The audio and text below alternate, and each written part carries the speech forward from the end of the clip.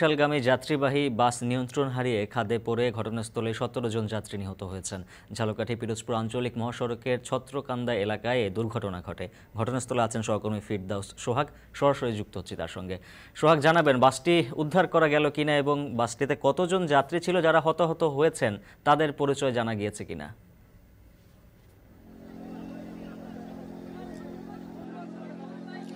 ধন্যবাদ আপনাকে। আসলে মর্মান্তিক দুর্ঘটনা, অনেকগুলো মানুষ, অনেকগুলো প্রাণ হারিয়ে গেছে। ১৭ জন, আপনি যে কথাটি বলছিলেন যে ১৭ জন মানুষ মারা গেছে, হ্যাঁ, যা বাসটি উদ্ধারের কার্যক্রম চলছে। এখানে যারা রয়েছেন ফায়ার সার্ভিসের কর্মীরা, তারা উদ্ধার কার্যক্রম চালাচ্ছেন। আমরা একটু দেখাবার চেষ্টা করছি, এই মুহূর্তেই সেই কার্যক্রমটি চলছে। পেছনে ঠিক এখানে কিন্তু অসংখ্য মানুষ রয়েছেন এবং তাদের কারণে কিন্তু একটু উদ্ধার কার্যক্রমে একটু সমস্যারও তৈরি হয়েছে।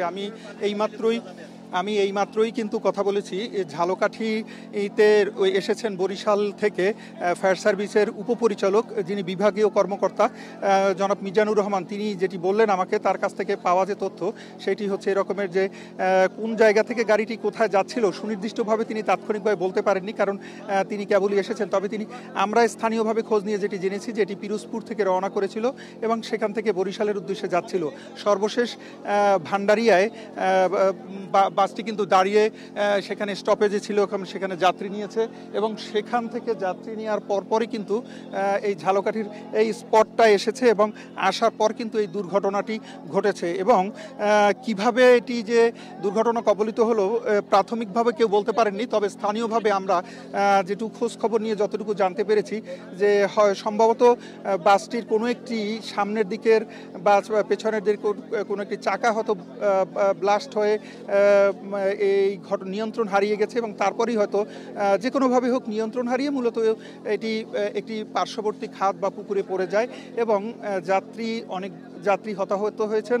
কত যাত্রী ছিলেন এই প্রশ্নের জবাবে স্থানীয়রা যেটি বলেছেন যে এখানে ৫০-এর মতো যাত্রী ভেতরে থাকতে পারেন তারা অনুমান করছেন, কারণ ১৭ জন মানুষ যেখানে মারা গেছেন আর আহত হয়েছেন অনেক, ২০ জনের উপরে, ২৫ জন ৩০ জনের মতো আহত রয়েছেন।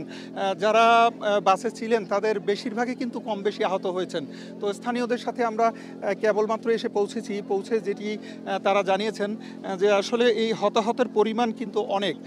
১৮ জন, যেখানে ১৭ জন মারা গেছেন তার মানে হচ্ছে যে আরও অনেক যাত্রী রয়েছেন যারা আহত হয়েছেন এবং ৫০ জনের মতো, অর্থাৎ অর্ধ শতাধিকের মতো যাত্রী ছিলেন, এমনটি প্রাথমিকভাবে স্থানীয়রা আমাদেরকে জানিয়েছেন। আমরা এখানে দেখতে পাচ্ছি ফায়ার সার্ভিসের সাথে যোগ দিয়েছেন স্থানীয় ঝালকাঠির যারা পুলিশ রয়েছেন, র্যাব রয়েছেন, অর্থাৎ আইনশৃঙ্খলা বাহিনীর যারা সদস্য রয়েছেন এবং জেলা প্রশাসন যারা রয়েছেন, তারা কিন্তু এই কার্যক্রমে সকলে